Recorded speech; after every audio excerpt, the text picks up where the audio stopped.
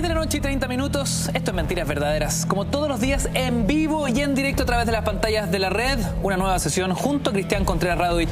Qué gusto, Dr. File, tenerlo nuevamente con nosotros en una sesión que ya es un clásico de este programa. Igualmente contigo, querido Ignacio, y con todos los amigos en casa, para comenzar a, abrir un capítulo de la ufología muy importante. Quizás uno de los capítulos más controvertidos que podremos desarrollar en Mentiras Verdaderas en torno a una noticia que salió a la luz esta semana. Hace exactos 2 días se empezó a titular en diversos medios alrededor del mundo cosas como esta: la verdad está ahí afuera. La CIA publica cientos de documentos sobre objetos voladores, la mayoría de documentos que contienen imágenes de los años 40 y 50 del siglo pasado y que pertenecen al archivo digital de la agencia. Con esto nos preguntamos: ¿por qué los gobiernos se han dedicado sistemáticamente a negar contacto extraterrestre? ¿Por qué los archivos no se han dado a la luz? ¿Por qué las explicaciones han sido poco claras? ¿Es que acaso como sociedad no estamos preparados para una noticia de esta magnitud? Tenemos una nota que resume parte de esta historia y entramos, como lo dije, en uno de los temas más controvertidos de la ufología moderna. Pongan atención.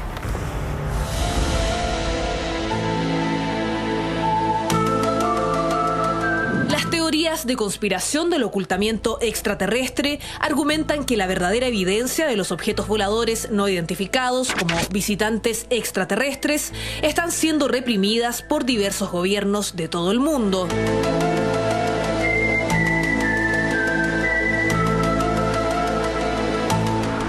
Las distintas ideas presentes en la llamada teoría de la conspiración del ocultamiento extraterrestre han prosperado en la web, en multitud de foros y páginas que han creado un nuevo movimiento o corriente de pensamiento conocido como New Age. Los defensores de este movimiento se manifiestan a favor de la desclasificación de archivos por parte de los gobiernos, a los cuales culpan de ocultar información extraterrestre.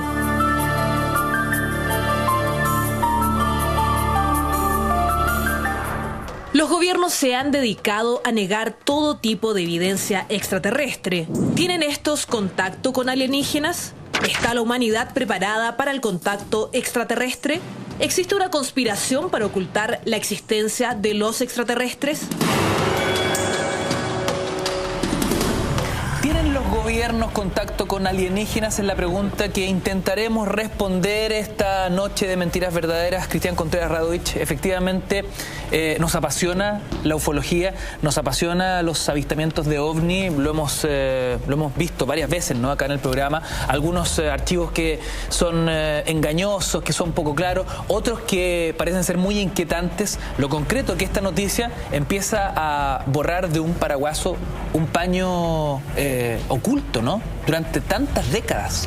Desde 1947, cuando comienza la ufología moderna con el incidente de Roswell, en Nuevo México, Estados Unidos, cuando cae una nave extraterrestre ahí, desde ese momento comenzó realmente lo que tú dijiste, una conspiración para silenciar todo esto por parte del gobierno de Estados Unidos y en general de todos los gobiernos que han tenido acceso a esta información. Y esto es así. Incluso uno ya sabe que se ha desarrollado lo que se llama el proyecto Dove. El proyecto Dove precisamente es un proyecto que unió al gobierno de Estados Unidos junto a Hollywood para desinformar a la población respecto del fenómeno OVNI que comenzó en 1947, como lo señalamos. Mira, de ese proyecto Dove, precisamente surgen las primeras películas de extraterrestres, por ejemplo, el día en que se paralizó la Tierra de 1951 y un poco después Encuentro cercano del tercer tipo, que son de alguna forma la manera de ir familiarizando a la gente sobre este fenómeno que marca la historia y que también marca todo lo que es el periodo del Antropoceno. Acuérdate que este dominio del hombre sobre el clima comienza también en 1947, un ascenso dramático. Entonces, uno se tiene que remontar un poco a eso. Y para ser muy concreto, sí, se ha vivido en un ocultamiento de esta información. Qué importante lo que nos señalas, Cristian, porque cuando volvemos a revisar esta noticia, avistamientos que formaban parte de los archivos de la CIA de los años 40 y 50 del siglo pasado, podemos hacer coincidir y cruzar esos datos con este ejercicio en la ficción hollywoodense, ¿no?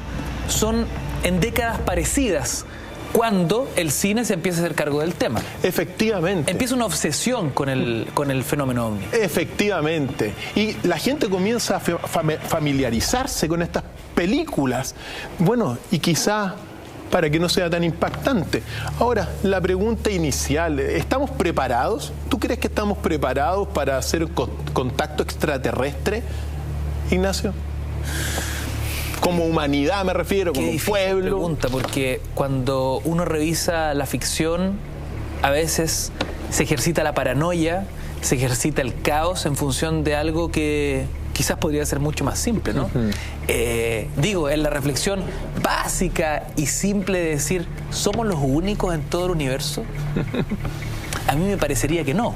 A pesar de que la ciencia, como lo hemos aprendido en este mismo programa, ha sido incapaz de demostrar vida en los planetas cercanos. El capítulo de hoy día no es de ciencia en ese sentido, es de ufología, así que los científicos no tienen mucho que decir a este respecto. Pero sí nosotros, y sí un poco recordar el episodio de Roswell, porque ese episodio que marcó la historia, que quedó en un velo de duda, porque ese 5 de julio de 1947, cuando cae el objeto volador a la Tierra, según lo que uno sabe, bueno, se publicó oficialmente en un periódico de Estados Unidos, en el Daily Roswell, pero a los 2 días llegó el gobierno y comenzó a desmentir y a aplicar esta política del silencio completamente. ¿Quién fue Philip Corso? Claro, Philip Corso.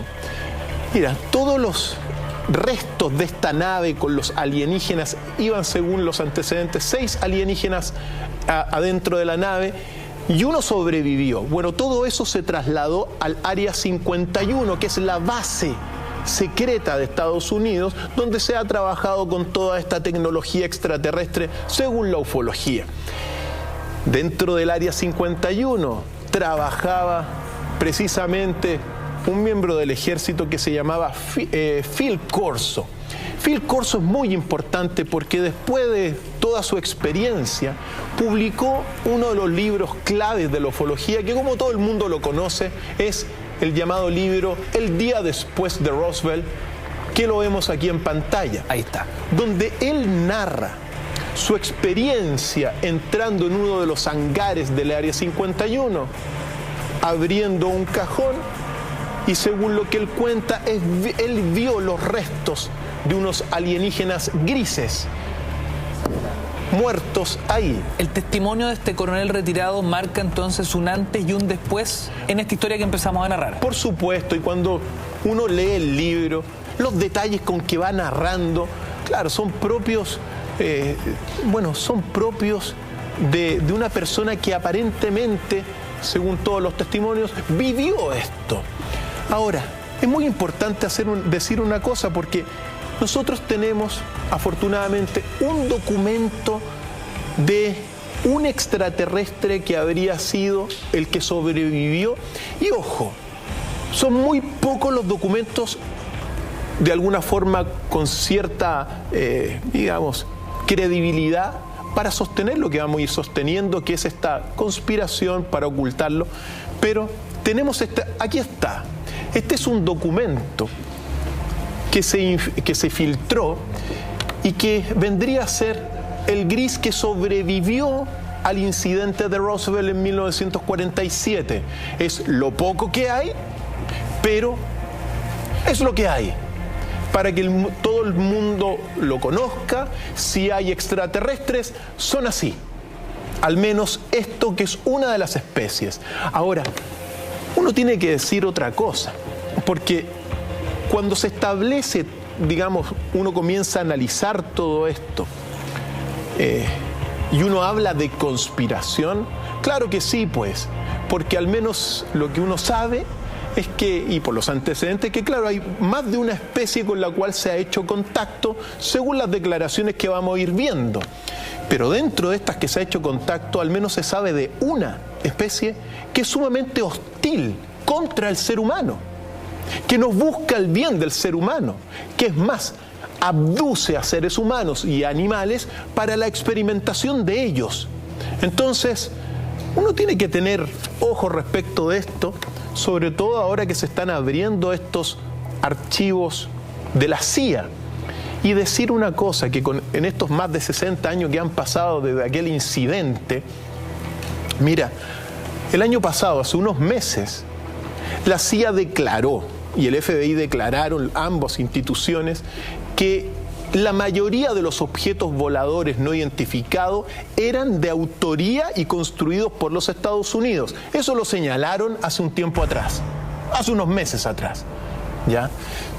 Pero ahora viene a desclasificar que evidentemente hay algunos objetos voladores no identificados que no responden a ninguna explicación derivada de ellos mismos. O sea, son seres quizá de otras dimensiones. Propiamente alienígenas. Propiamente alienígenas en ese sentido. Quedo bastante inquieto con este libro del coronel retirado Philip Corso, ¿no? El personaje, entiendo, trabajaba en un proyecto secreto del gobierno norteamericano. Entendiendo este libro, ¿no? ¿Cuáles son un poco las teorías de lo que él ve, o más bien lo empírico de lo que él ve, o las acusaciones, lo que él revela en torno a este proyecto secreto?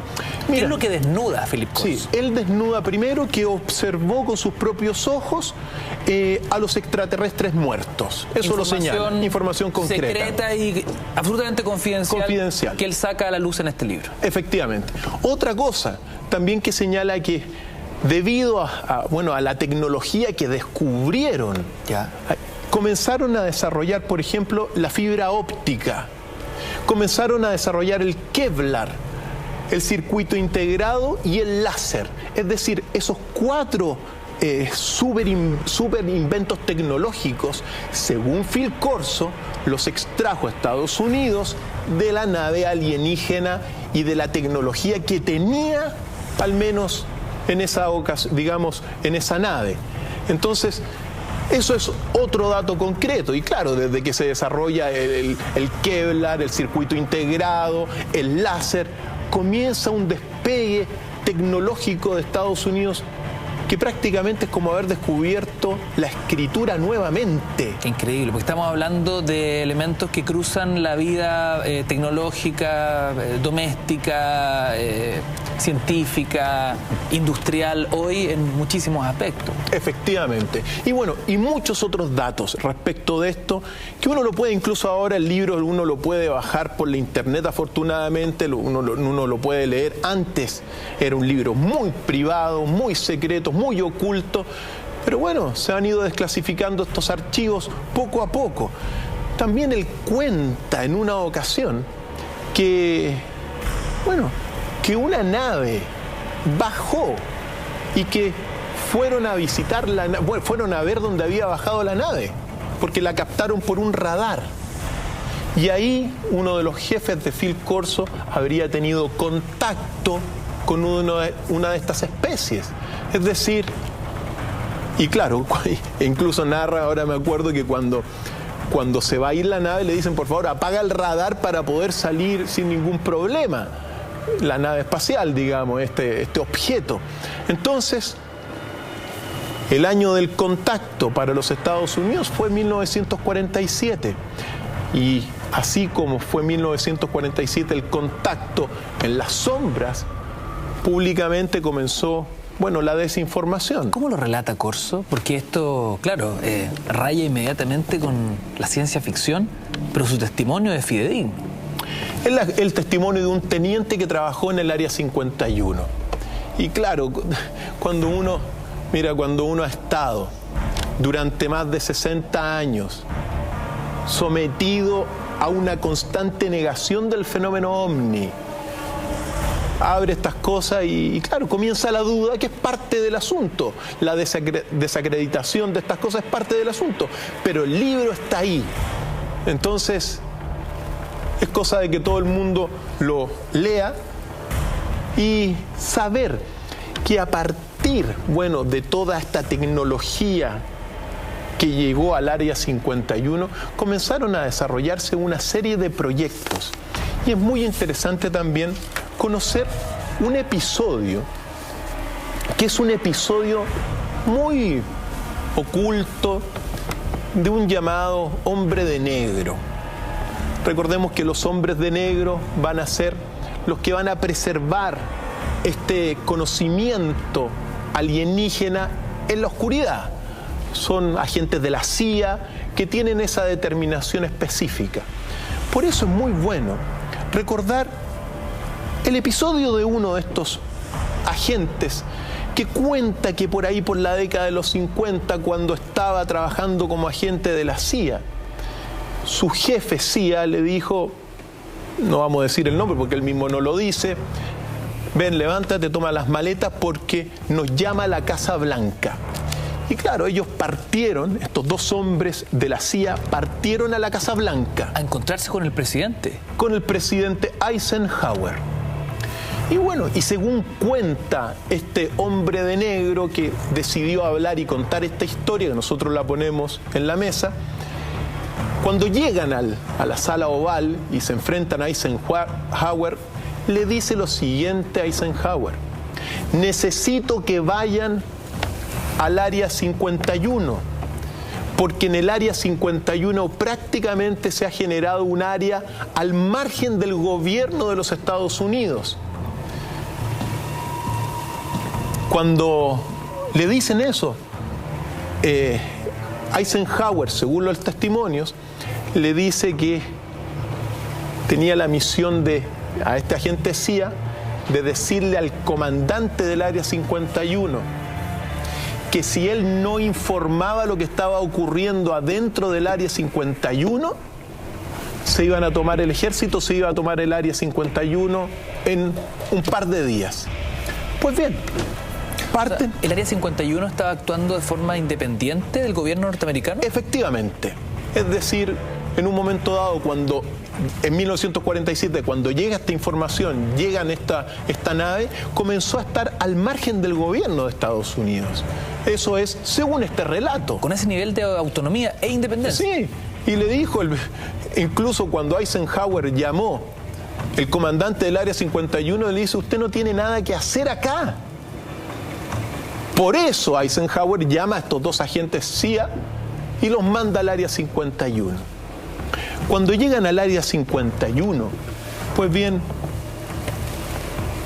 vieron lo que muy pocas personas han visto. Una nave espacial, según los relatos. Vieron los restos de los alienígenas. Pero afortunadamente, este miembro en las sombras, que no quiso dar su nombre pocos años antes de morir, decidió hablar. Y tenemos... Hay un testimonio. Una declaración de este ex agente CIA, que lo circunscribimos dentro de los hombres de negro, que va a contar qué es lo que vio. Vamos. 13 or 15 miles south to S4 had like different garage door openings. Okay. And in these garage door openings, they had like different saucer crafts. The very first one had the Roswell craft in.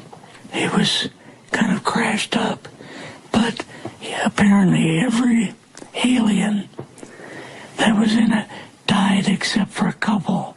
So you see the Roswell craft, and what are some of the others that you see? Well, the Roswell craft was really strange because it looked like real heavy aluminum foil. We could rock next to it, and you could rock it.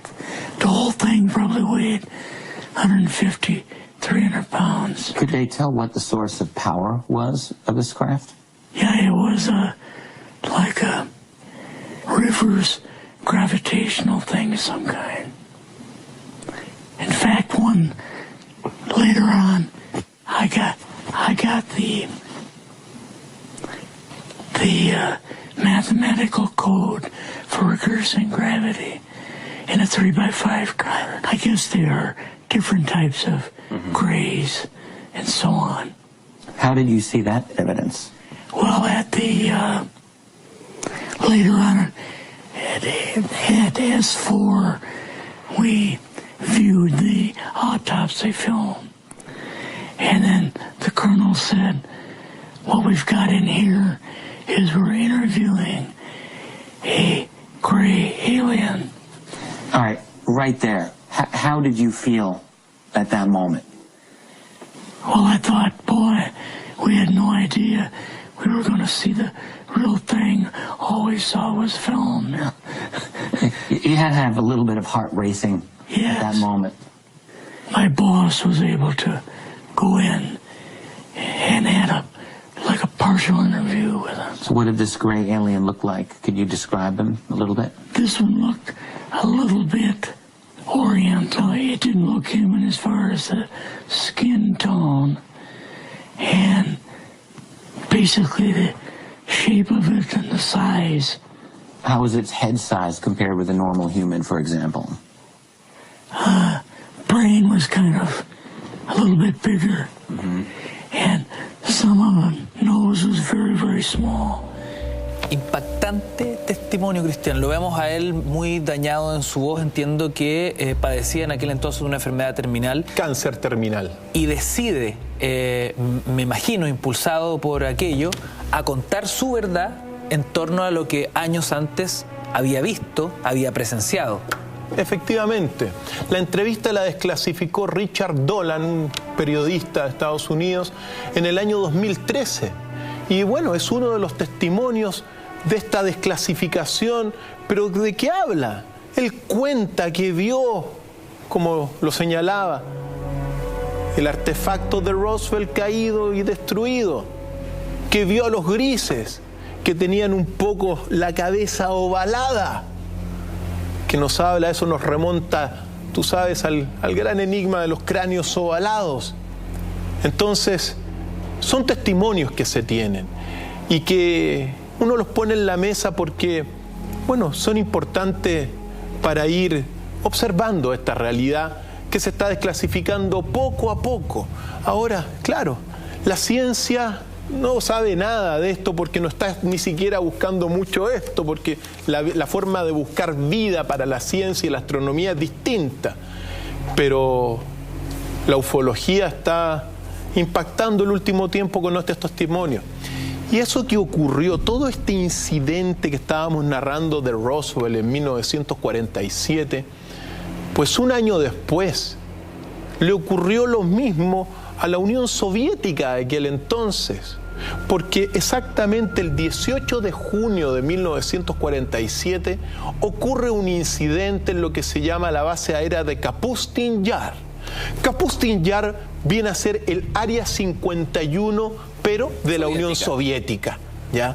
Y ese día, lo que narra aquel testimonio, aquí estamos viendo afortunadamente algunas imágenes del Área 51, que es el área más fotografiada por la Fuerza Aérea de Estados Unidos durante todo el mundo bipolar, porque no solamente es una base, como la vamos a ir viendo, de investigación extraterrestre rusa, sino que también una base para desarrollar misiles intercontinentales y otros tantos. Por lo tanto, estas fotografías que vemos son precisamente los archivos que los sacó Estados Unidos a través de sus aviones espías durante muchas décadas. Kapustin Yar, para que todo el mundo lo conozca. Pues bien, ¿qué sucedió? Bueno, y aquí vemos el área y la base subterránea que está diseñada bajo Kapustin Yar. La diferencia con el Área 51, que esta, bueno, tiene la firma y el ADN soviético, es decir, son galpones más oscuros, son galpones mucho más, en ese sentido, tenebrosos, pero donde, según los antecedentes y los testimonios que se han logrado, hay un hangar donde está un motor extraterrestre del incidente que vamos a conocer, del incidente de Kapustin Yar, y también otro hangar donde está uno de los cuerpos o los restos de los cuerpos de los extraterrestres que capturaron también a uno de estos. ¿Es cierto que hubo una autopsia en Kapustin Yar? En Kapustin Yar, mira, hubo una autopsia después. El incidente de Kapustin Yar, es bueno señalarlo porque ese 18 de junio de 1948, un año después, esta es la autopsia, pero esta autopsia es de 1969. Muy después. Muy después. Es una autopsia de fuente soviética. ¿Ya? Ahora, obviamente todas estas autopsias han sido tema de polémicas, unos dicen que es mentira, otros dicen que es verdad, pero lo cierto es que al menos los 3 médicos que participaron de esta autopsia, de los restos de este extraterrestre que habría sido capturado, recogido en 1969, lo único particular es que los 3 médicos murieron de una hemorragia cerebral el día 24 de mayo de 1969. ¿Los 3? Los 3 el mismo día. ¿El mismo día? El mismo día. ¿En distintas partes? De Rusia, efectivamente. Bueno, de la Unión Soviética en el entonces. Entonces, claro, son antecedentes, pero son los pocos documentos que hay. Por eso, al menos dentro de la limpieza que uno puede hacer, uno puede observar esto. Ahora, en el incidente de Roswell que veíamos hace un rato atrás, de la autopsia, claro, primero se dijo que era verdadera, después se dijo que era falsa, pero ahora, hace muy poco tiempo, se señaló que la autopsia fue, creada a partir de una fotografía verdadera de la autopsia de Roswell. Yo me pregunto, Cristian, ¿los alienígenas, de existir, mantendrían contacto permanente con los gobiernos poderosos? ¿Algo así como visitas diplomáticas? Bueno, según algunos sí, pues. Según algunos sí. Y que desde aquel 1947 han comenzado a tener visitas diplomáticas. De hecho, en 1964 se registró este documento, que es uno de los pocos que se tienen también, de una visita diplomática en la base Holloman en Nuevo México, Estados Unidos. Esa visita muestra, o al menos quedaron estos registros, una visita alienígena donde muestra precisamente a los grises. Según algunos, fueron invitados algunos directores de cine también para al menos presenciar alguno de estos registros. Y a partir de los registros que observaron, comenzaron a salir nuevas películas que, se difundieron a través de Hollywood y que fueron preparando a la humanidad para este contacto y este episodio. Sabemos que es lo único que hay y, ahora, retomando muy poquito el incidente de Kapustin Yar, la diferencia en Kapustin Yar de lo que ocurrió en Roswell es que los rusos le dispararon al avión, le dispararon a la nave y cayó la nave. Ahora, era un MiG.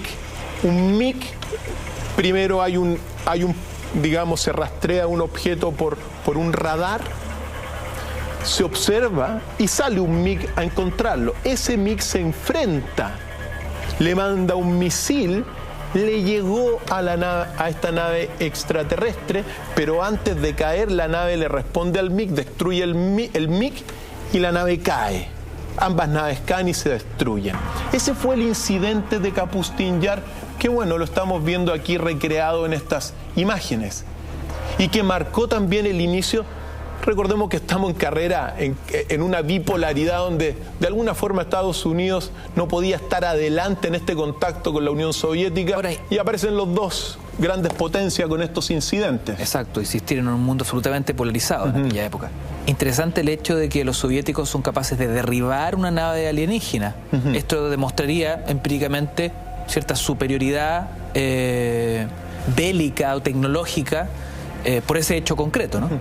Bueno, es lo que se sabe de este incidente, que por alguna razón le llegó este misil que se le envió y que, bueno, generó la precipitación de la nave al suelo, y de esos restos comenzó toda la investigación ufológica de la Unión Soviética, y también en Kapustin Yar, que fue la base. Entonces tenemos dos grandes bases, el Área 51 y Kapustin Yar en Rusia. Así que siempre es bueno recordar estos episodios para poder ponerlos en la mesa, porque es lo que hay también en esta desclasificación. No hay mucho más tampoco. Siempre hemos dicho, del 100% de observaciones que se tienen aficionados, con suerte el 1% son realmente dignas de ponerlas en la mesa, y el resto, bueno, quizá no muy reales. Pero hoy día la ufología, debido a estos incidentes de alguna forma marcan el inicio de la ufología. Primero, en 1947 Roswell, pero al año siguiente Kapustin Yar. Y en realidad, sea lo que sea que haya ocurrido, es como haber vuelto a descubrir la escritura, porque ha comenzado una evolución tecnológica de tremendo impacto para el ser humano. El ser humano ya ha comenzado a manejar una información y una tecnología realmente, que para muchos resulta inverosímil, pero así es. Es importante constatar el dato que, más allá de civiles, gobiernos o estados que desclasifiquen información, siempre vemos que los testimonios o la información emana de cúpulas militares. ¿Es allí donde está entonces el gran caudal informativo secreto en torno a la ufología? En un principio sí. Recordemos que, al menos cuando uno habla de esta conspiración oculta, los militares son parte fundamental de esta. Entonces hay muchos militares que tienen estos conocimientos y que los van a guardar en silencio, por sus códigos de lealtad y sus códigos militares. Entonces, ahora que tenemos esta imagen, esta es precisamente la única supuesta imagen de esta visita en 1964, que es una primera misión diplomática donde, según los antecedentes que uno tiene, estos extraterrestres grises habrían venido a la Tierra. ¿Para qué? No solamente para pedir el rescate de los cuerpos de Roswell, sino que también para hacer un intercambio de información. Es quizá en esta visita diplomática donde realmente comienza la conspiración, porque según algunos, los extraterrestres le habrían dado al gobierno de Estados Unidos información privilegiada para el desarrollo tecnológico, a cambio de que el gobierno de Estados Unidos los dejara hacer algunas abducciones a estos. ¿Abducciones con quién? Con seres humanos, pues. Experimentos con seres humanos, a cambio de información. Entonces, precisamente son los grises los que hacen las abducciones. Roban a gente, hacen experimentos con gente, hay algunos casos de abducciones que son dramáticas, trágicas, y otras que supuestamente les ponen unos microchips para ir monitoreándolas. Vacas también que son capturadas para hacer experimentos. Entonces, es así, a cambio de información tecnológica. Hay un testimonio que nos parece clave en el contexto de lo que señalábamos, ¿no? Cómo son los militares los que finalmente guardan y manejan el mayor caudal informativo respecto de esta historia, de la historia ufológica. Hay un sargento norteamericano llamado Robert Dean. Me gustaría que nos pudiésemos detener en su figura para que nuestros amigos en casa lo conocieran. Mira, Robert Dean fue un mayor del ejército de Estados Unidos que recibió muchísimas condecoraciones. Es decir, fue un mayor del ejército con una historia impecable, sobre todo cuando trabajó bajo toda la tutela de la OTAN. Ahora, la particularidad de Robert Dean es que él tenía una clave que se llamaba la clave Cosmic Top Secret. Es decir, con esa clave tenía acceso a los misterios y secretos cósmicos de la misma OTAN y del Pentágono. Según él mismo cuenta, él pudo leer lo de las autopsias, se informó de los alienígenas durante un gran periodo de tiempo, bueno, mientras duró toda su carrera militar. Incluso cuenta él en una ocasión que muchos en un momento dado en Europa se vieron objetos voladores y bueno, Estados Unidos les declaró la guerra. Y cuando aparecía un objeto volador, iban los aviones detrás de los objetos voladores y le comenzaron a lanzar misiles. Y según cuenta Dean, estos misiles rebotaban, no le hacían daño.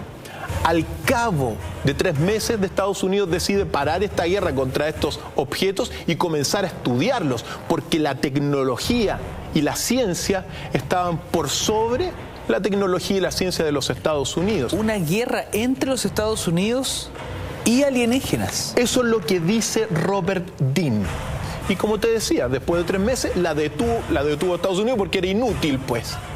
Tenemos declaraciones de él que nos va a poner ya en un contexto de lo visionario también en qué consiste este contacto extraterrestre. Vamos, señor director. They concluded after the 3-year study that we were dealing not with one group, we were dealing with at least 4 separate groups. Photographs of crashes, retrievals, landings, and contacts. But they had landed and contacted people, indicated that they were humanoid, all of the 4 different groups. Out of the 4 different groups, all humanoid, one group was so human looking, they just like us. They could sit next to us in a restaurant, they could sit next to you in a theater, and you would never know. We concluded in this study that they were from somewhere else. Another planet, another star system, perhaps another galaxy. We concluded that they were not malevolent or hostile, overtly. They certainly were able to defend themselves. But they did not have an agenda, an aggressive agenda that was hostile. Now, everybody says, which group is which, you know? Are they the lizards, are they the reptiles, or are they this, or are they that? It doesn't matter. We're dealing with some groups out there that are 1,000,000 years ahead of us in evolution, technology, and development. There are intelligent races out there that are 1 billion years ahead of us. What I'm trying to tell you is we are immersed in a universe that is conscious, teeming with conscious intelligence. And there are planets out there like grains of sand, filled with intelligent life. And there are cultures, civilizations, societies that are 1,000,000 years ahead of us. Now, for example, there was an annex on retrieval of bodies and autopsies with photographs. So the conclusions of the study, after 3 years, concluded that they had been coming here for a very long time, that they apparently had some involvement in the origins of our species. This alien issue, this extraterrestrial presence issue, is like Pandora's box. You can't open it just a tiny bit. You can't just tiny lift the lid and let just a little bit out. Because if you open the box, boom, everything's going to come out. The masses of people are going to demand more, more, more, and more, which I believe they have a right to. But that mass of information, in fact, is going to be earth-shaking, literally earth-shaking. Un destacado sargento mayor del ejército estadounidense, Robert Dean, entregaba ese testimonio que la verdad es bien espeluznante, ¿no? Las masas van a exigir más y más información. El tema alienígena es una caja de Pandora. No se puede abrir solo un poco, sino que esta información va a salir, va a explotar. Y va a explotar en la cara de los gobernantes, va a explotar en la cara de los congresistas y va a explotar en la cara de los ciudadanos necesitados de respuestas. Y es lo que está ocurriendo, al menos lo que señaló también. Vivimos en un universo consciente con muchas formas de vida que están millones de años luz de distancia, seres interdimensionales que viajan de una dimensión a otra y que nosotros no podemos explicar cómo ocurre eso. Por lo tanto, testimonios fundamentales de este Robert Dean. Cristian, hacemos un breve alto, seguimos junto a Dr. File desclasificando esta información verdaderamente impactante. Vamos y volvemos, estás en Mentiras Verdaderas acá en la red.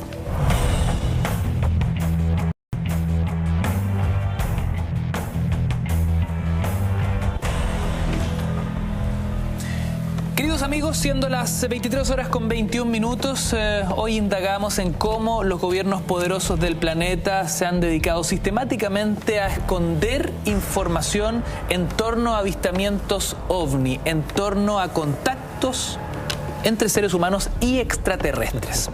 Tenemos a esta hora de la noche y como todos nuestros programas, nuestro hashtag abierto hoy con Dr. File MB, @mentiras la red, porque este tema ha causado enorme impacto en nuestros amigos en casa. Queremos revisar un poquito qué es lo que está pasando en las redes sociales a esta hora de la noche. Señor director, pasemos a observar un poquito Twitter. Carlos Olavarría nos dice: Estados Unidos, como la ex Unión Soviética, ¿habrán sido ayudados en materia científica y tecnológica para mantener su hegemonía? Es muy posible y según muchos, sí, querido amigo. Es decir, hubo un intercambio en estas visitas diplomáticas. Tecnología extraterrestre para el desarrollo, bueno, de la ciencia y la tecnología de Estados Unidos, a cambio, bueno, de algunos beneficios que le pudiesen otorgar Estados Unidos a estos alienígenas. Así que según los antecedentes, ha habido intercambio, pues. Sí. Seguimos revisando Twitter a esta hora de la noche. Dr. File responde preguntas a nuestros amigos en casa. En el Área 51 se iniciaron las primeras pruebas de aviones fantasma. Hashtag Dr. File MB a base de tecnología alienígena. ¿Qué podemos responder al respecto? ¿Qué son los aviones fantasma primero? Los aviones invisibles. Y bueno, sí, en realidad ha habido un desarrollo tan grande en Estados Unidos, en el Área 51, de bueno, una serie de naves de prototipo que van desde los platillos Northrop hasta aviones aeroespaciales, una gran lista.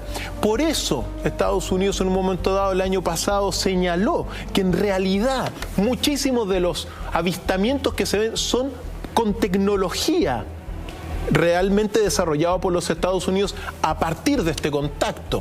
E incluso, lo importante en ese sentido, hay un avión que es el famoso avión triangular que muchos lo han confundido con una nave extraterrestre, pero en realidad es un prototipo, uno de los primeros prototipos de Estados Unidos con energía antigravitatoria. Entonces, sí, queridos amigos, en el Área 51, muchísimo desarrollo, muchísimos prototipos de naves muy avanzadas y según al menos los estudios, con tecnología venida desde las estrellas, pues. Energía antigravitatoria entenderíamos como una energía que permite flotar, básicamente, ¿no? Efectivamente. Por ahí tenemos un motor, la historia de un motor extraterrestre tremendamente misterioso que lo vamos a ir desclasificando y tremendamente polémico, que va a hablar de cómo se va desarrollando, en qué consiste toda esta nueva tecnología los aviones invisibles. Que sospechosamente mostró en una época a los Estados Unidos con un desarrollo bastante explosivo. Efectivamente. Y siempre es bueno recordar estas imágenes porque para todos los amigos en casa se reconocieron esas imágenes de la autopsia como inicialmente verdaderas a partir de unas, o sea, falsas, pero se realizó a partir de una foto verdadera, según los últimos antecedentes. Entonces, esa autopsia que dio la vuelta al mundo tenía su cuota, parece, de realidad y de hechos concretos. Hay otro incidente, Ignacio, que ocurrió en mayo de 1986 en Sudáfrica. ¿Qué es esto que nos vamos a detener acá? Porque según los archivos extraterrestres que uno tiene, en Sudáfrica ese día cayó un objeto y en Sudáfrica se capturó a este ser que estamos viendo en pantalla y fue trasladado al área 51. Vivió durante 8 meses hasta que muere durante un interrogatorio, y este es el momento donde este gris muere durante este interrogatorio. Si uno se detiene, este es uno de los documentos también que se han filtrado. A este extraterrestre le empiezan a dar una especie de convulsiones. Si uno se fija bien, bota algo por la boca. Aparentemente estaba atado de manos. Siendo interrogado en el área 51, comienza a convulsionar y finalmente muere. Entran a verlos, pero colapsa.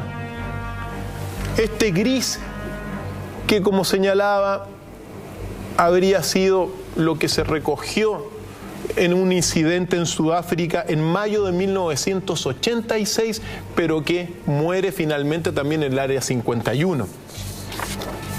Así que son los antecedentes, y este documento también es uno de los documentos, de los pocos documentos que se tienen de esta desclasificación oculta de los archivos OVNI. Y si uno lo comienza a observar, también cráneo ovalado, capacidad mental superior. Estos grises no poseen tampoco ningún órgano genital externo. La boca muy pequeña, nariz también pequeña, pero con una masa encefálica, aparentemente un cráneo muy grande. Ojos orientales, también como lo había señalado en su momento dado. Y es lo que hay. No hay mucho más tampoco, pero es lo que hay, queridos amigos. Cristian, evidentemente estas imágenes pueden despertar, por un lado, mucho impacto y por otro lado, tremendas suspicacias. Dudas si esto es ficción, es realidad, es Hollywood o es un archivo verídico de una cámara de seguridad. Es interesante en ese contexto, ¿no?, de esa discusión que es eterna, revisar qué líderes mundiales han hablado al respecto. Hay una declaración de Ronald Reagan, que entiendo, antigua ya, ¿no?, frente a Naciones Unidas, tengo entendido. Efectivamente. Que es bastante inquietante al respecto. Efectivamente, porque Ronald Reagan, exactamente en 1981, se reunió con el director de la CIA de aquel entonces, que se llamaba William Casey, y le preguntó directamente Ronald Reagan: ¿qué es esta cosa de los extraterrestres? ¿Es verdad o no es verdad? Y según los documentos, Casey le dijo a Ronald Reagan que desde 1947 los extraterrestres de estos que estamos viendo han comenzado a tener contacto con los Estados Unidos. Eso es así. Y lo que es más, en una declaración en la ONU, Ronald Reagan hace referencia a este contacto extraterrestre que, mira, la vamos a escuchar. Se refiere, pero uno se pregunta cómo un presidente de los Estados Unidos se va a referir frente a esta barbaridad extraterrestre en la ONU. Claro, aparentemente él tenía esta información de que efectivamente había un contacto. ¿Él va al hueso o es un discurso entre líneas? Es un poco entre líneas, pero escuchemos lo mejor lo que dice Ronald Reagan frente a la ONU en 1987. Lo tenemos. Lo tenemos. In our obsession with antagonisms of the moment, we often forget how much unites all the members of humanity. Perhaps we need some outside universal threat to make us recognize this common bound. I occasionally think how quickly our differences worldwide would vanish if we were facing an alien threat from outside this world. And yet, I ask you, is not an alien force already among us? What could be more alien to the universal aspirations of our peoples than war? Wow. Te das cuenta que hace como una reflexión, pero tomando y de alguna forma evidenciando lo que, según los antecedentes, le había contado William Casey, director de la CIA. Y lo que es más, le contó, pues bien, que estos extraterrestres no solamente comenzaron el contacto en 1947, sino que visitaban la Tierra desde hace miles de años. Es interesante la reflexión que hace el presidente americano en aquel entonces, ¿no? Vivimos en un planeta lleno de divisiones, en enfrentamientos bélicos permanentes. ¿Qué necesitamos? ¿Una amenaza externa, exterior, para que nos pongamos de acuerdo? Así es, pues. Nosotros también tenemos, al menos, son estos antecedentes los que se van poniendo en la mesa y uno, claro, con el paso del tiempo, comienza a decantarlos y a decir cómo es posible que el presidente haya tenido estas declaraciones donde hace referencia, y si uno se detiene en un momento dado, él dice, bueno, esta presencia alienígena en el planeta Tierra. Ahora, presencia alienígena que viene de hace mucho tiempo, según también William Casey, que se lo dijo a Reagan. Yo tengo por ahí un documento en Tiahuanacu que quizá de uno de los registros antiquísimos de, bueno, estos supuestos extraterrestres que han visitado la Tierra. Quizá por ahí después lo tiramos para poder observarlo, que son los llamados alienígenas ancestrales, ¿ya? Entonces, ahora, recordemos eso. Sin embargo, podemos entrar en lo que se llama uno de los proyectos más polémicos dentro de todo este archivo desclasificado de la ufología, que es el proyecto Caret. Es el proyecto de un motor extraterrestre, que lo vamos a comenzar a ver. ¿Y qué es lo que sucedió? Mira, en 1986, estos son una gráfica surgida a partir de este proyecto. ¿Ya? ¿Qué es lo que sucedió? Según cuenta la historia, en 1986 apareció un misterioso hombre que se llamaba Isaac. Pues Isaac se presentó frente a un grupo de científicos en Silicon Valley, en Estados Unidos, y les dejó algunos registros, algunos pedazos de un supuesto motor extraterrestre para que este grupo de científicos lo pudiese estudiar. Es decir, establecer completamente los principios teóricos y operacionales de este motor. Y también, bueno, tratar de entender cómo funcionaba esto que estamos viendo. Esto causó en la ufología una tremenda polémica, porque ¿qué es lo que sucedió? Según los antecedentes, Isaac entrega esto y se va, y nunca más en la historia apareció. Entonces esto fue desacreditado durante muchísimo tiempo, pero cuando uno comienza a observar los resultados de lo que es, al menos los resultados de la investigación que se generó,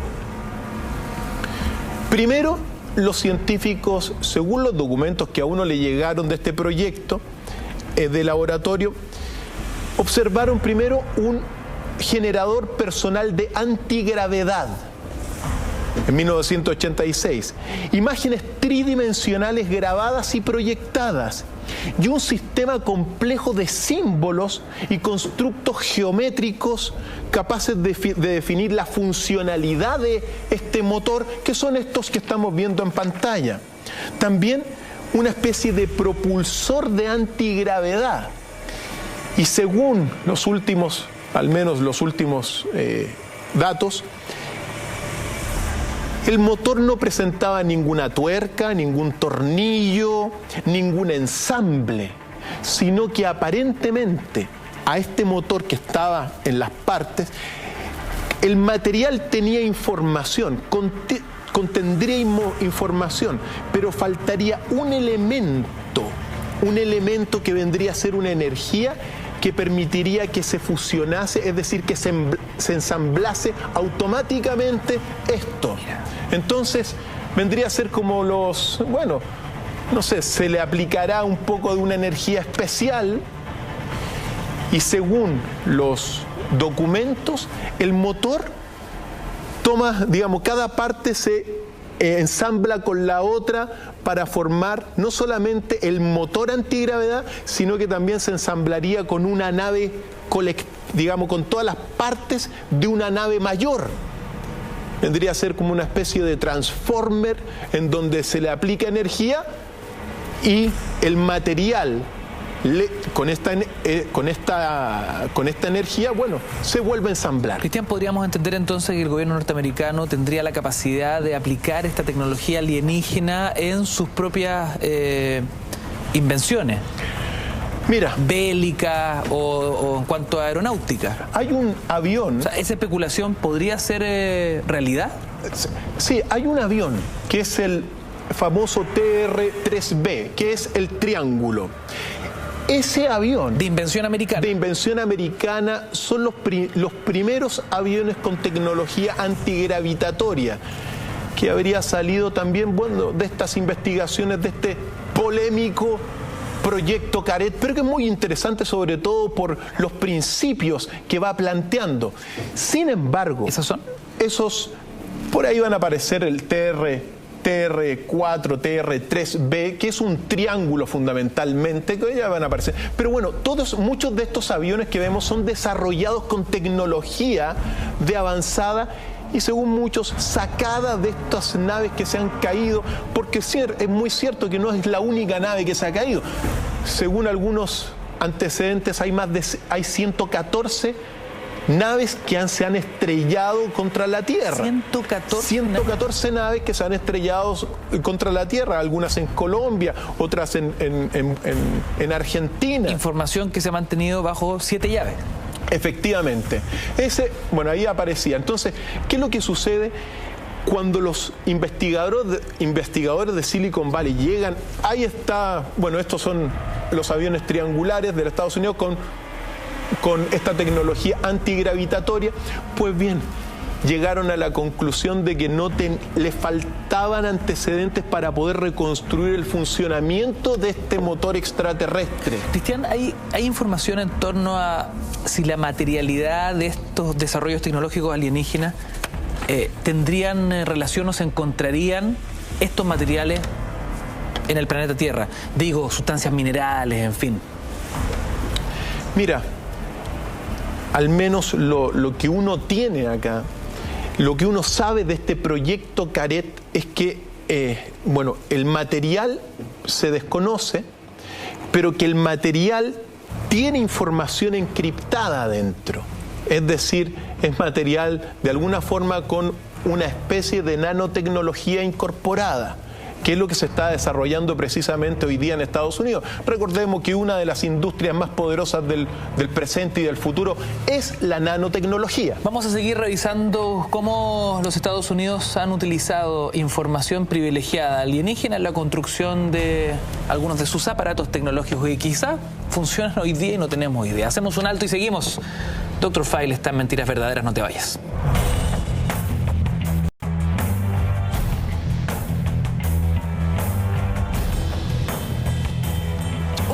44 minutos en vivo y en directo. Esto es Mentiras Verdaderas, el hashtag abierto, Dr.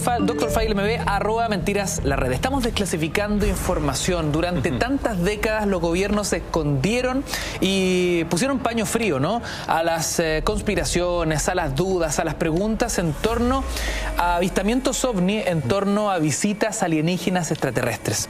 Quiero volver a la noticia de esta semana, ¿no? Hace solo 2 días esto dio la vuelta por varios portales del planeta. La verdad está ahí afuera.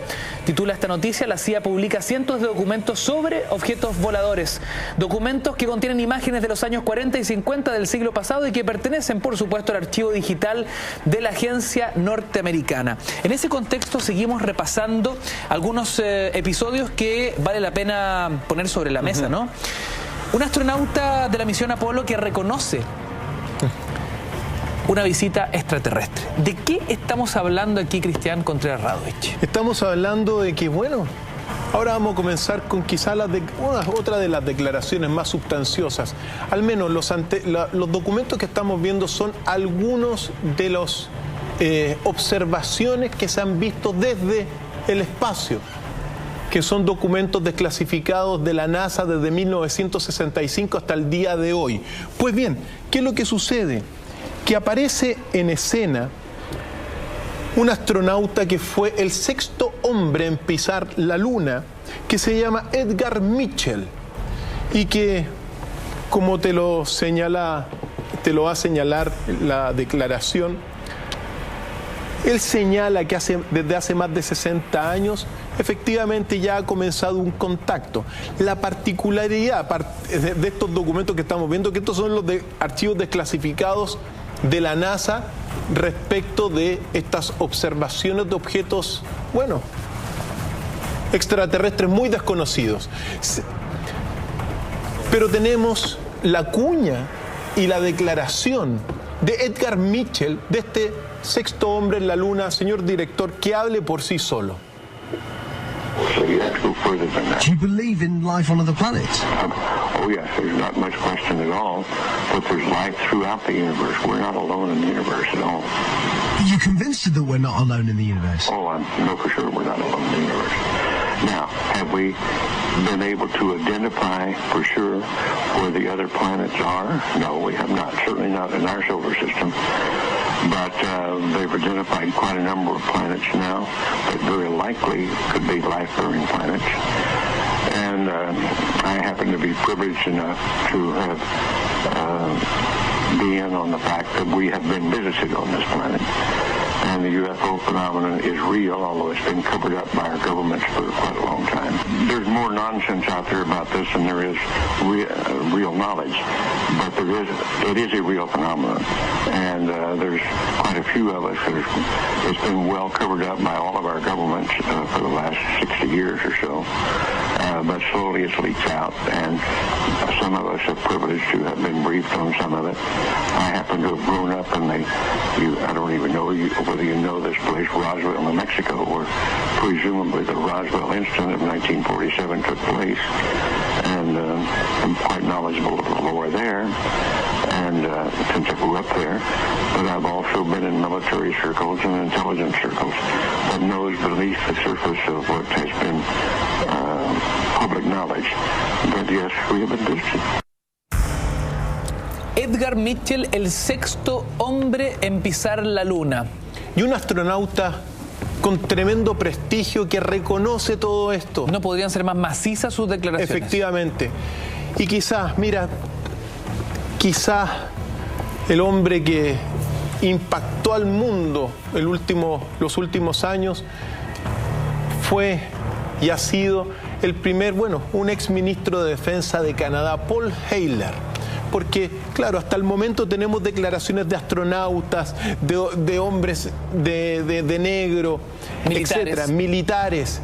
Pero lo que vamos a escuchar ahora es la declaración, del primer hombre del grupo de los 8 que reconoce abiertamente que Estados Unidos ha tenido contacto desde 1947, que los ovnis son tan reales como son los aviones que vuelan sobre nuestras cabezas y que Estados Unidos tiene de alguna forma un trato con 4 especies extraterrestres. Las declaraciones de Paul Heyler han dado la vuelta al mundo y vale la pena recordarlo porque es el primer político de peso mundial que reconoce oficialmente esta historia. Exacto, no de manera entre líneas, ¿no? Como lo habíamos visto con las declaraciones frente a la ONU de Ronald Reagan. Esto ya es abiertamente. Vamos a verlo. Vamos. Before I could even say hello and how are you, he said every word is true and more. And he said that there had, in fact, been face-to-face meetings between United States officials and extraterrestrials from other star systems. And with that assurance, I decided to go public and say, for the first time, of anyone of cabinet rank from the G8 group of countries, that UFOs are as real as the airplanes flying over your head, and said it without any restriction whatsoever. Impresionante. Son las declaraciones de Paul Heyler, que bueno, afortunadamente ha comenzado a abrir sus documentos. Él habla de 4 razas alienígenas en contacto con los Estados Unidos. Y también tenemos otra declaración donde él va a recordar también el incidente de Roswell. Vamos a escucharlo, ¿te parece? Tuesday, July the 8th, 1947, at 11 a.m. Mountain Time, Roswell Airfield Commanding Officer Colonel William Blanchard announced in a press release the recovery of a flying disc. That was the truth. Later that same day, at approximately 4:30 p.m. Central Time, Brigadier General Roger Ramey, commander of the 8th Air Force and Blanchard's supervising officer, presented to the press an alternative story. He claimed the Army had recovered a Rowan target device suspended by a neoprene balloon. That was a lie. In fact, it was the cornerstone lie of what was to become a cult of lying and disinformation that is still United States policy today, 68 years later. El primer ministro con ventilador. Así es. Es quizás, como bien decía Dr. Feil, el testimonio más macizo en torno a estas eternas conjeturas de si es real, si es falso, los gobiernos los esconden. Yo me pregunto, después de estas declaraciones tan contundentes, ¿por qué los gobiernos sistemáticamente ocultan el acercamiento ovni? ¿O la veracidad de la existencia de vida fuera de nuestras fronteras terrestres? Mira, la explicación para la opinión pública es que, bueno, para cuidarlos porque podría generar un pánico colectivo. Bueno, eso pudo haber sido hace 70 años atrás, pero hoy día no. La gente no se va a espantar si se hace público el contacto extraterrestre, porque a través de Hollywood ya estamos vacunados con todo tipo de seres del espacio. Pero yo creo que aquí entra lo que es la conspiración, porque si todo esto es así, habría una conspiración donde estarían incluso involucrados extraterrestres con un gobierno en las sombras que busca mantener todo esto oculto para instaurar un nuevo orden mundial, querido Ignacio. Es decir, la teoría de la conspiración que nos habla de que hay una élite en el poder que busca el gobierno mundial, una dictadura mundial, y abajo que el resto trabaje como esclavos, sería una de las cosas que también está oculta detrás de este contacto extraterrestre. Y a este respecto, a la pregunta, ¿existe una conspiración para ocultar la existencia de los extraterrestres? Dejemos que la responda directamente Paul Heyler, el ex ministro de Defensa de Canadá, que ha abierto sus archivos ya en su epílogo de vida. Él sí reconoce que hay una conspiración entre Estados Unidos y unas razas venidas del espacio, y una que no es beneficiosa para la gran cantidad de seres humanos. Si quieres, vamos, y que las declaraciones de Paul Heyler, bueno, les queden en el recuerdo a todos los amigos en casa y que saquen las conclusiones en casa, pues. Vamos a ver. In my brief address to the Citizens Disclosure hearing, I said that the United States and much of the Western world is ultimately controlled by an unelected, unaccountable cabal. Its apex is the banking and financial cartel, followed by the oil cartel, the CEOs of the largest and most powerful transnational corporations, major intelligence agencies, including the CIA, the FBI, and the NSA, and a major slice of the U.S. military. Their collective power and influence is incalculable. And it is their plan for the U.S. and the rest of us that is so alarming. Their plan is an empire greater in size and power than any empire before it. They call this the New World Order, which, ironically, is the same name Hitler used for the smaller empire he imagined. Wow. Contundente. Y que quede claro que según Paul Heyler y toda esta desclasificación, sí hay una conspiración para ocultar el tema extraterrestre. ¿Por qué? Porque se estaría buscando un gobierno mundial, una dictadura mundial como nunca antes ha existido en la Tierra, y en la cual también estarían involucrados algunos seres del espacio que no son beneficiosos para la humanidad, querido Ignacio. Impresionante, impresionante. Cristian, vamos a interrumpir brevemente el desarrollo de nuestro panel para contarle a nuestros amigos en casa que estamos regalando buena literatura en Mentiras Verdaderas.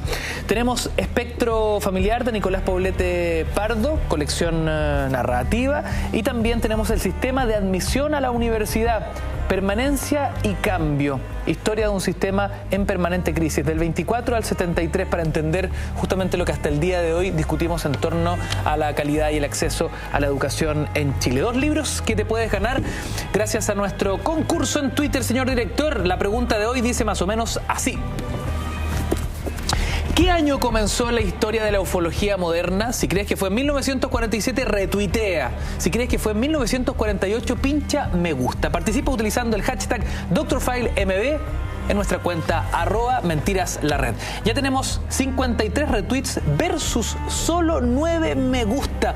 La respuesta a esta pregunta ya fue señalada en algún minuto, pero ojo, al final del programa, por supuesto, la repetimos, la recalcamos para que nuestros amigos sepan quién se lleva estos libros en casa. Cambiamos de tema y algo señaló ahí el primer ministro canadiense. Habló de Hitler, habló de tecnología. Vamos a hablar de la tecnología militar del futuro que el nazismo logró desarrollar y que poco sabemos en un 2016. Efectivamente, querido Ignacio, lo que se llama la Wunderwaffe o la armada maravillosa que desarrolló Hitler con una tecnología de tremenda avanzada.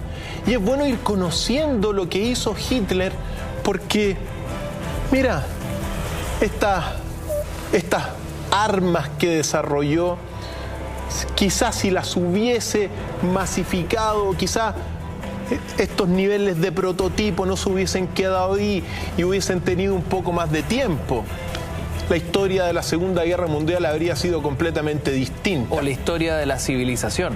Por cierto, porque una de las armas que desarrolló Hitler dentro de esta Wunderwaffe eran las armas de carácter limpio. Lo que desarrolló en un primer momento también fue lo que se llama un cañón de viento. ¿Qué significa de carácter limpio, Cristian? Es decir, por ejemplo, que ocupaba el viento. Es decir, en este sentido, la energía del medio ambiente utilizada para la defensa y los ataques. Y la destrucción, por cierto, también, pues. ¿Podemos desde ya plantear la hipótesis si el nazismo, si Hitler hubiese tenido tiempo suficiente para masificar esta tecnología bélica, el nazismo hubiese dominado la Segunda Guerra Mundial? ¿Alemania hubiese dominado de cierta forma al mundo como lo conocemos hoy? Mira, lo cierto, hay una cosa, que cuando uno compara y comienza a darse cuenta de todos estos antecedentes que no se conocían mucho, uno puede decir que al menos en muchos aspectos Alemania tenía un desarrollo científico muy avanzado y quizás más avanzado que el de Estados Unidos y de Inglaterra sobre todo también. Sobre todo con estas armas que vamos a ver. Entonces uno podría decir que, bueno, es posible especular que hubiese sido distinto el camino de la guerra. Claro que bueno, el poder de Estados Unidos fue demasiado grande y no logró, al menos Alemania, desarrollar estas cosas que quedaron en etapas de prototipo, como decía, un cañón de viento, es decir, que te da un impulso de tremenda fuerza de viento y que te va a botar y que te va, en el fondo es un proyectil de viento que te llega y que te destruye por donde pasa, es un pequeño tornado que llega, un pequeño huracán,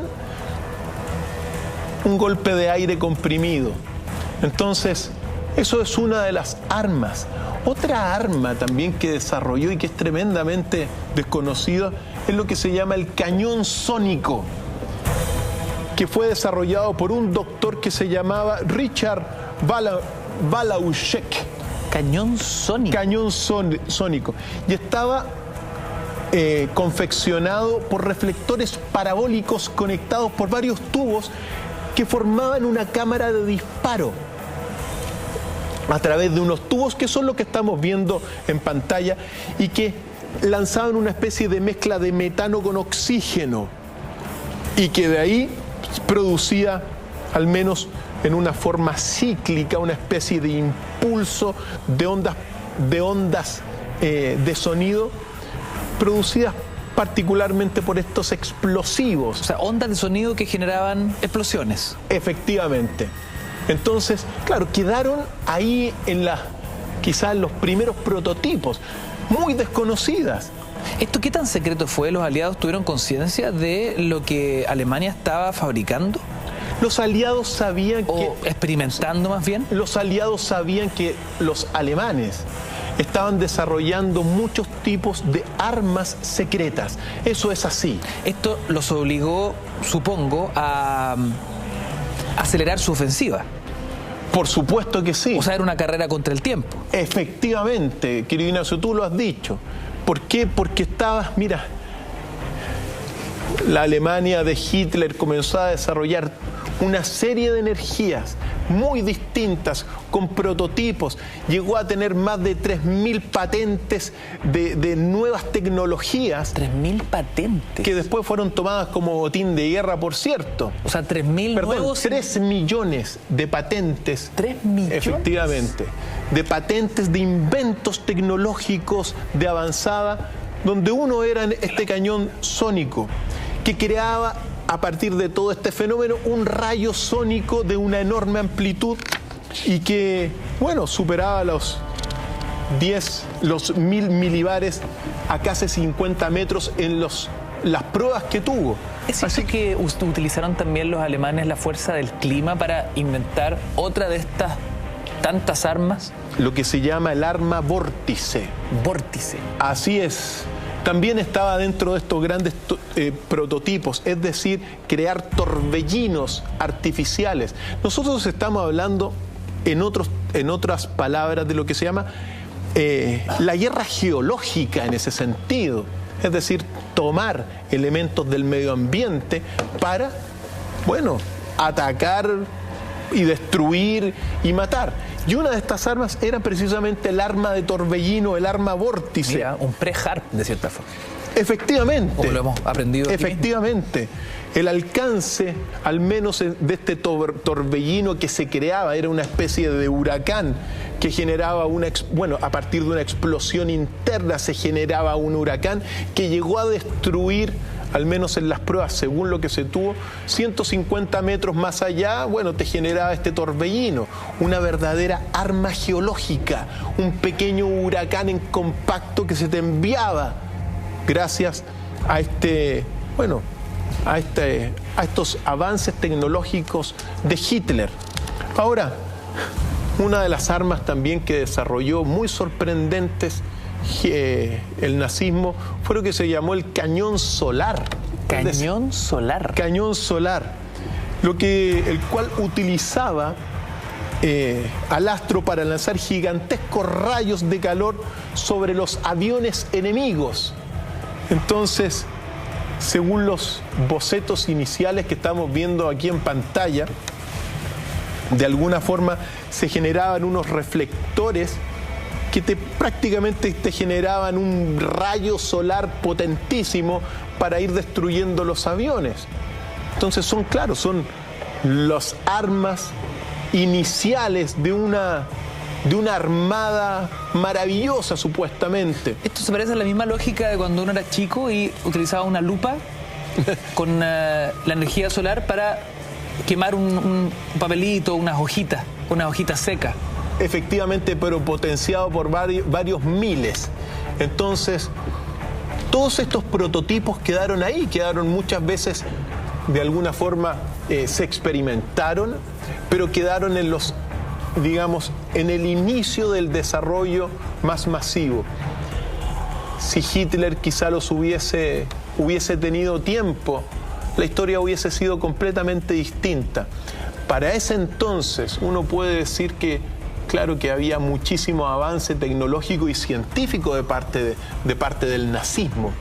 Una historia que en ese sentido, llama la atención por todas estas llamadas armas limpias, que en realidad son lo que hoy día actualmente conocemos por la guerra geológica.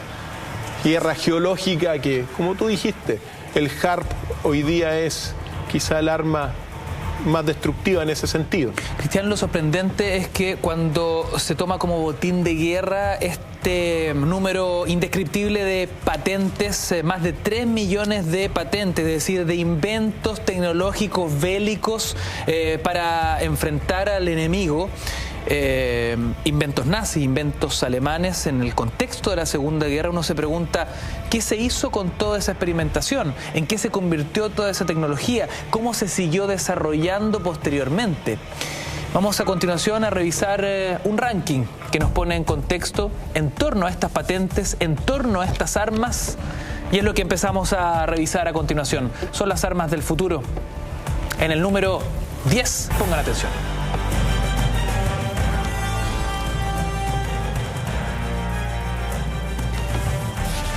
Simbiosis hombre-computadora. Estas ya son las armas del futuro. Los soldados del futuro, Ignacio, van a estar completamente el cerebro unido a los computadores. Es decir, van a ser soldados computarizados. La simbiosis del cerebro con el computador es lo que viene. Aquí no estamos hablando de robots para la guerra, estamos hablando de seres humanos que lo que piensen, lo que necesiten, lo van a obtener a través de una computadora. Efectivamente. Y esto se está realizando ya. Hoy día masivamente se han proyectado, por ejemplo, unos lentes que se están vendiendo en muchas partes donde, claro, lo que tú ves pasa al cerebro y del cerebro pasa directamente al computador. Pues bien, esto que se ha masificado en términos un poco más populares, se ha hecho para poder transformar al hombre en una verdadera máquina computacional de guerra. Porque todo lo que piense va a pasar a un computador y ese computador va a poder registrar absolutamente todo. Este es el inicio de una nueva guerra sobre la Tierra. Es decir, hombres computacionales, hombres de alguna forma mecanizados, la simbiosis computador-hombre es la partida de este ranking, querido Ignacio. Seguimos avanzando porque son las armas del futuro que queremos entender y descubrir en Mentiras Verdaderas. En el número 9. En el número 9 tenemos a los robots Atlas. El robot Atlas es un prototipo que en un primer momento se proyecta como una especie de enfermero. Pero a ese enfermero que ya está construido... O sea, es una especie de Terminator, de Robocop o como queramos llamarlo. Terminator lo podríamos decir, porque ya se ha construido, lo estamos viendo en pantalla. En un primer momento se publica como un robot de asistencia pero basta que se le aplique algunas armas y va a pasar a ser un verdadero Terminator. Qué increíble, se parece incluso. ¿Para qué tipo de guerra del futuro se están proyectando? Lo cierto es que, para que todos los amigos en casa lo conozcan, este es Atlas, quizá el primer Terminator real que está hoy día en prototipo construido con inteligencia, se le está proyectando introducirle inteligencia artificial, con una fuerza inmensamente superior al hombre, con una resistencia superior al hombre. Es imposible no pensar, Cristian, que países como los nuestros, ¿no? Países sudamericanos, no tendríamos capacidad de defensa frente a un arma de esta naturaleza. Muy poca defensa. En realidad, imagínate que te aparece uno de estos robots atacando, bueno, ¿qué uno va a hacer?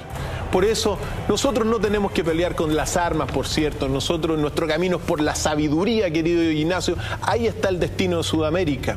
Pero si quieres, vamos al próximo. Queridos amigos, son las armas del futuro. Las revisamos en Mentiras Verdaderas. A continuación, pasamos a ver qué nos tiene el número 8 de nuestro ranking. Misiles hipersónicos, Dr. File. Misiles hipersónicos que son los primeros prototipos de unos misiles tremendamente destructores y que viajan a hipersónicos, es decir, mucho más allá que la velocidad del sonido, y que están proyectados y que ya se están construyendo estos prototipos. Son misiles de alto poder de destrucción a unas velocidades que son imposibles quizás de interceptar. Y aquí están los primeros prototipos que se están viendo para también proyectar a una guerra prácticamente espacial, la guerra de las galaxias.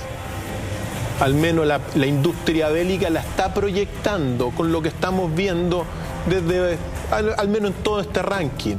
Se está visionando en realidad contra quién pelear, porque esto ya no es pelear contra seres humanos, quizá contra quién se está buscando pelear o contra quién se está preparando o qué amenaza hay en el espacio.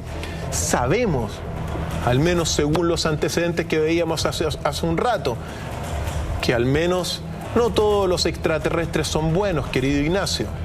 Dejamos planteada esa inquietud, Dr. File, para seguir repasando nuestro ranking de las armas del futuro. A continuación, conozcamos el número 7.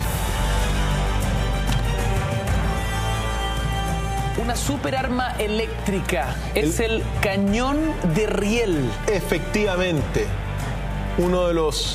Este es uno de los prototipos que lo estamos viendo y que lo que te hace es lanzar una tremenda, un pulso eléctrico tremendamente destructor, que te genera el lanzamiento, de balas, misiles, pero a una altísima potencia. Entonces, en realidad son armas eléctricas que te lanzan, también son capaces de lanzar balas poderosísimas, como estamos viendo acá. Estos son los primeros avances de estas arma eléctrica. Un arma eléctrica sería capaz de, por ejemplo, desconectar a toda una ciudad, desconectar a todo un país, dejarnos sin internet, sin teléfono, sin televisión. Efectivamente, y matar a muchas personas con muy poco esfuerzo, porque en realidad se ha llegado a una sofisticación, es decir, el perfeccionamiento de la destrucción es increíble. Y esta arma eléctrica es este cañón de riel capaz de tener un poderoso nivel de destrucción. Se impulsa evidentemente con grandes impulsos eléctricos y te genera una devastación, impulsando también balas y otras cosas. Por lo tanto, así avanza el hombre. El hombre ha sido... Dr. File, ¿estas son armas en construcción, son prototipos, son experimentos, o esto el hombre ya efectivamente lo comienza a aplicar? Mira, lo que uno sabe al menos es que son prototipos que están en funcionamiento. Lo estamos viendo. El ranking que estamos viendo son cosas que se están desarrollando hoy. Y recordemos que la industria bélica, bueno, es una de las 3 más grandes y poderosas industrias del mundo. Y el hombre sí que se ha sabido aprender a destruir, sí, eso es lo que sabe hacer mucho, y ha sofisticado esta destrucción, como también el próximo en el ranking, querido Ignacio. Pasamos, queridos amigos, a repasar el número 6. Pongan atención. En el número 6 tenemos a los robots insectos. Efectivamente, drones que son muy pequeños y que son destructivos, son capaces también de no solamente espiar, sino que también son capaces de infectar a personas, porque en sus componentes pueden llevar veneno, pueden llevar nanopartículas de veneno, de virus, que te van transmitiendo a diferentes partes del mundo. Tal cual un insecto, pero con un poder destructivo infinitamente mayor. Hoy día, hoy día hablábamos se ha hablado del virus Zika. Bueno, uno de estos prototipos es muy parecido al virus Zika, por cierto decir, del transmisor. No estoy diciendo nada más que estas moscas robot que comenzaron a desarrollarse hace muchísimos años, hoy día han llegado a niveles que uno no se podría imaginar. Pero para contaminar, para eso son también. Para espiar, para eso son también. Para infectar, para eso son también las moscas robot. Y recordemos que en la guerra todo es posible, que no hay una valoración de la especie humana. Por lo tanto, aquí tenemos los drones que se están desarrollando ya y que no son de hoy día, sino que la mosca robot viene desde hace más de 10, 15 años desarrollando esta mosca robot, y hoy día ha llegado a estos prototipos como el que estamos viendo en pantalla. Qué miedo este tipo de armas tan pequeñas, además, y tan letales, Dr. File. ¿Qué capacidad de defensa puede tener un ejército enemigo frente a una amenaza de esta naturaleza? Poca defensa. E imagínate, o sea, tú puedes tener una mosca en cualquier parte que te está espiando, por ejemplo, que te está escuchando y que incluso te puede llegar a infectar con algún virus. Es posible, pero para eso se construyen, pues. Las armas son para matar. Podrían destruir hasta cosecha, me imagino, ¿no? Todo tipo de cosas. Destruir especies humanas, contaminar. Y tú no te sabes cómo aparece, cómo te empiezan a salir enfermedades. Claro, te depositaron algún virus extraño. Es posible, querido Ignacio, es posible. Amigos, vamos a hacer un breve alto y a la vuelta conocemos del 5 al 1 cuáles son las armas.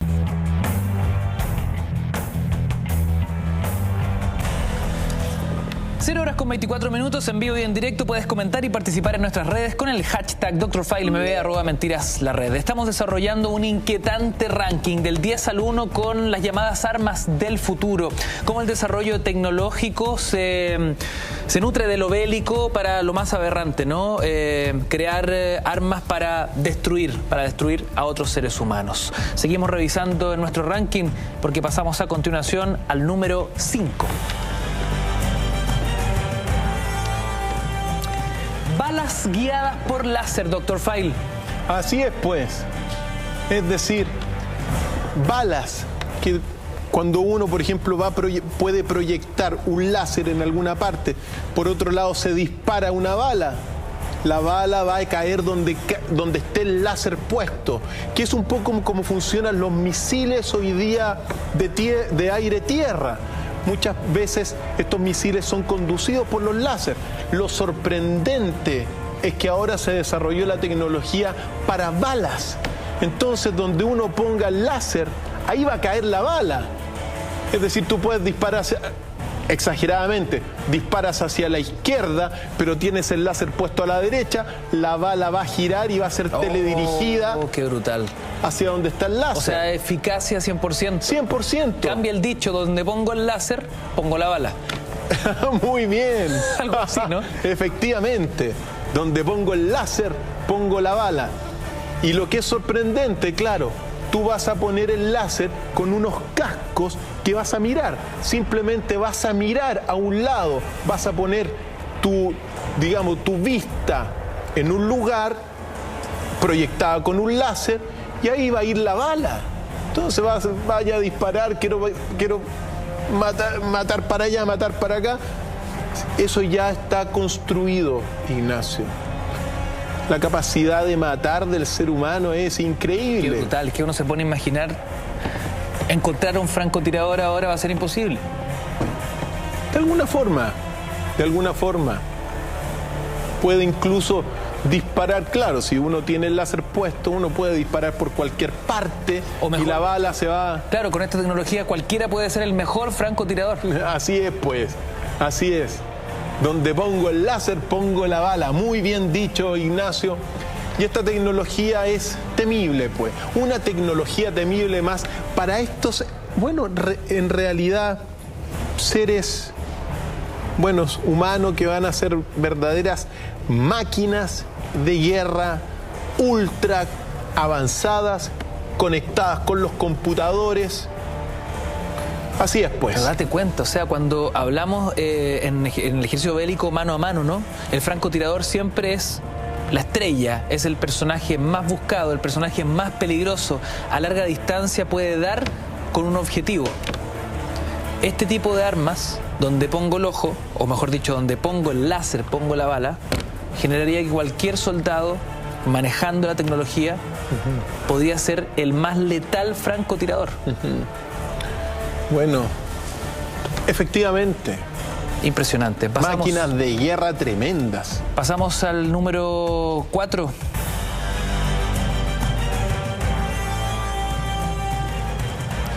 Perros de guerra. Robots cuadrúpedos. Efectivamente, estos se han desarrollado, acordemos, a partir del Boston Dynamics, que son empresas de Estados Unidos que se han desarrollado, pero ya, como en algún momento dado, claro, la primera vez que conocimos esto dijimos, ¡uy, qué bonito! De alguna forma tratando, se llamaban los wild dog, los perros salvajes, los perros salvajes. Pero hoy día ya se han proyectado como verdaderos perros de guerra. Lo que sucede es que a estos prototipos de robot que guardan la estabilidad, que son ultra resistentes, con materiales también que están siendo, mira, son nuevos, se están construyendo con nuevos materiales hechos a partir de nanopartículas. Hemos aprendido acá que en algún minuto el ser humano ha utilizado animales, específicamente perros, para acciones militares, adiestrados para morir y, en el fondo, inmolarse, explotar. En la Segunda Guerra Mundial, algunos perros se metían debajo de los tanques y se hacían explotar. Pues bien, ahora van a aparecer estos perros, pero que van a ser más letales porque van a ser mucho más resistentes. Quizá con qué nivel de armas van a tener. Qué brutal. Imagínate que, no sé, que te llegue corriendo uno de estos animales y bueno, y que genere la destrucción correspondiente. A estos prototipos se les pueden incluir, bueno, desde bombas autodestructivas hasta, bueno, cualquier tipo de artefacto bélico de ultra avanzada. Se ven muy, muy poderosos, muy estables, muy veloces. Son infinitamente más peligrosos que un can convencional, digamos. Efectivamente, y controlados a distancias por los seres humanos. También uno de los avances que se ha tenido el último tiempo con estos es mantener la estabilidad. Tú les puedes mandar una patada a estos y no se van a caer. Son como un pitbull de metal. Efectivamente. Son los perros de guerra, también los perros salvajes, o los también, en algún momento ya dado también se le llamaron los wildcat, es decir, los gatos salvajes, gatos de guerra, cuadrúpedos de metal, construidos con estos fines. Mira, cuando uno ve estos avances, claro, hay algunas que son municiones directas, depende cómo ocupe las cosas, pero así es. Cristian, entramos al podio de la muerte, las armas del futuro. Este es el número 3. Conozcan el proyecto Talos. Ah, perdón, me adelanté, señor director. Estos son los campos de fuerza. Bueno, ya adelanté un poquito lo que viene a continuación. ¿Qué son los campos de fuerza, Cristian? Lo que tú dijiste, es decir, ya todas estas visiones, ¿te acuerdas? No sé, la Guerra de las Galaxias y cuántas otras películas que uno ve naves con campos de fuerza que son campos electromagnéticos de protección. Hoy día ya se tienen en estos prototipos a partir de dispositivos internos al menos aquí aparecen en algunos tanques, se logran los primeros campos de fuerza que protegen de cualquier ataque. Entonces, la ciencia ficción, muchas veces la ciencia ficción, como hemos visto desde grandes autores en la antigüedad, se adelanta pues. Y hoy día todo esto que nosotros, al menos se ha proyectado en alguna vez en la Guerra de la Galaxia y en otras películas, hoy día es una tecnología real que se está incorporando en tanques de guerra a través de unos grandes pulsos eléctricos y electromagnéticos que te van a cubrir. O sea, desde Julio Verne hasta la Guerra de las Galaxias vemos cómo la historia, la ficción o la ciencia ficción es capaz de proyectar lo que el ser humano hoy está haciendo concreto, real. Como un arma de guerra, un campo de fuerza. Efectivamente. Entonces, se ha hecho realidad este prototipo que en algún momento dado fue de ciencia ficción a través de, muchas veces a través de los grandes, uno de los avances de los aceleradores de partículas es poder controlar paquetes de energía. ¿Ya? Entonces, claro, gracias a estos grandes aceleradores de partículas se logra controlar energía y disponerla de alguna forma, bajo la voluntad y el arbitrio de los inventores. Entonces, claro, se controla la energía, paquetes de energía controlada, en este caso electromagnética, para generar campos de fuerza muchas veces impenetrables. Un campo de fuerza impenetrable para una zona específica, un área, un radio específico que incluso podría ser, no sé, una ciudad completa. Uno no lo podría descartar, efectivamente. Una ciudad completa. ¿Por qué? Y ahí está la cosa. Todo Antofagasta en un campo de fuerza, todo Talca en un campo de fuerza, toda Isla de Pascua en un campo de fuerza. Nosotros no la necesitamos, afortunadamente, porque no estamos en guerra con nadie.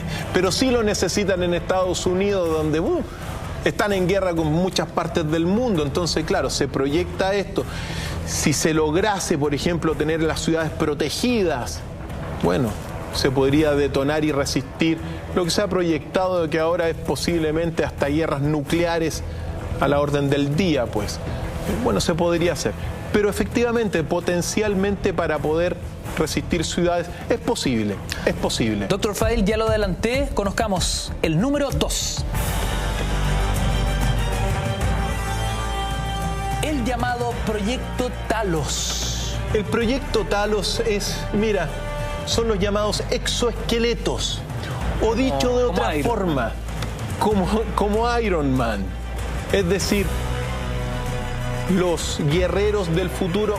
Estos ya son prototipos reales que se están haciendo con nuevos materiales construidos a partir de la nanotecnología, que son mucho más resistentes a las balas, que resisten cualquier tipo de amenaza en este sentido de lo que estamos viendo, y que son mucho más resistentes, que te permite, claro, tú te metes adentro de esto y te genera en gran medida lo que le ocurre a Iron Man, que puede saltar, puede correr más rápido, puede tener mucho más fuerza. Es tener otra capa por sobre otro esqueleto que te va a recubrir y te va a proteger. Esto es un antes y un después, es como un cañón versus una lanza. Así es, pues, así es. Y es real. Y se están construyendo ahora, vienen estos desarrollándose poco a poco. Lo que pasa es que ahora uno puede observarlos con mayor claridad. Y esto que parece fantasía, bueno, se ha transformado en realidad, querido Ignacio. Así es. Qué impresionante. Y claro, a estos exoesqueletos, por eso lo conectamos con con el número 10 del ranking, es decir, van a ser cubiertos por cascos de computadoras que van a estar conectados al cerebro. Lo que uno piense va a pasar al computador y el computador lo va a transmitir al exoesqueleto y el exoesqueleto lo va a ejecutar. ¿Qué pasaría con policías completas vestidas con este exoesqueleto? Imagínate pues, lo que pasaría. Habría que obedecer nomás todas las cosas que ellos decidieran sin siquiera reclamar. O bueno, habría que obedecer las leyes que ellos quisieran imponer. Muchas de estas armas evidentemente son para proteger un nuevo orden. Dr. File, pasamos a repasar en nuestro ranking el número 1.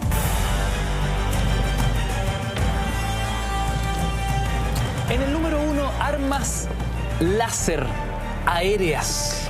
Efectivamente, queridos amigos, el número 1, bueno, todo lo que algún día se habló y se vio en las películas, hoy día son reales. Esto es muy Star Wars. Efectivamente, hay aviones que lanzan hoy día rayos láser.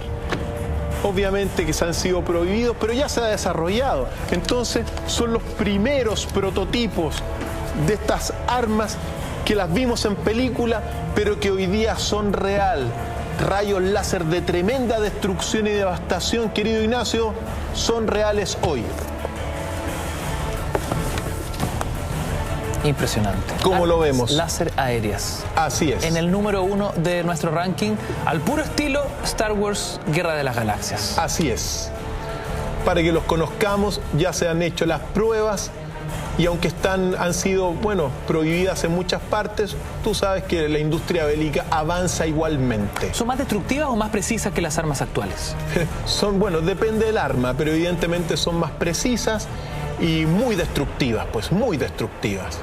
Quizá, bueno, depende del arma también en realidad, depende el nivel de bomba que te puedan caer. Exacto. Estas son muy precisas y muy destructivas. Queridos amigos, de esta forma y con este ranking empezamos a despedir la semana y nuestro capítulo de viernes junto a Dr. File. Pero antes, dejamos sobre la mesa una pregunta en nuestro Twitter, @mentiras la red, bien digo, y el hashtag DrFileMB, porque estamos regalando libros, buena literatura para este fin de semana para todos los que salen de vacaciones. Señor director, ¿tenemos ya los ganadores? Veamos.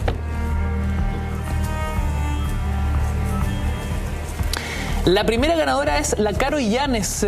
La Carola se lleva este espectro... la Caro pidió específicamente el libro de historia. Bueno, aquí lo tenemos, el sistema de admisión a la Universidad, bien digo, Permanencia y Cambio, firmado por José E. Vera Rodríguez. De Editorial Universitaria. De Editorial Universitaria, historia de un sistema en permanente crisis. ¿Y quién se lleva este otro texto? Espectro familiar, de Nicolás Poblete. Señor director, el ganador es Vale Valenzuela. Ahora, ¿cuál es la respuesta correcta a la pregunta que hicimos hoy, Dr. File? 1947. ¿Qué pasó ese año? Ese año es el acontecimiento de Roswell, donde se inicia la ufología moderna. Cae, en este sentido, un objeto volador, un platillo volador en Roswell, Nuevo México, y se inicia esta historia de la ufología moderna, querido Ignacio. Esa es la respuesta correcta a nuestra pregunta de hoy. El equipo de producción, por supuesto, se contacta con los ganadores para hacerles llegar su premio.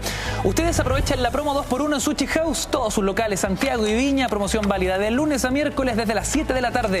Esta y otras promos en sushihouse.cl. De esta forma empezamos a despedir nuestro capítulo de hoy. Dr. File, un estupendo fin de semana para usted. Y nuestros amigos en casa se quedan con Así Somos. Sigues en el tren nocturno de trasnoche, acá en la red, por supuesto. Hasta la próxima, que descansen.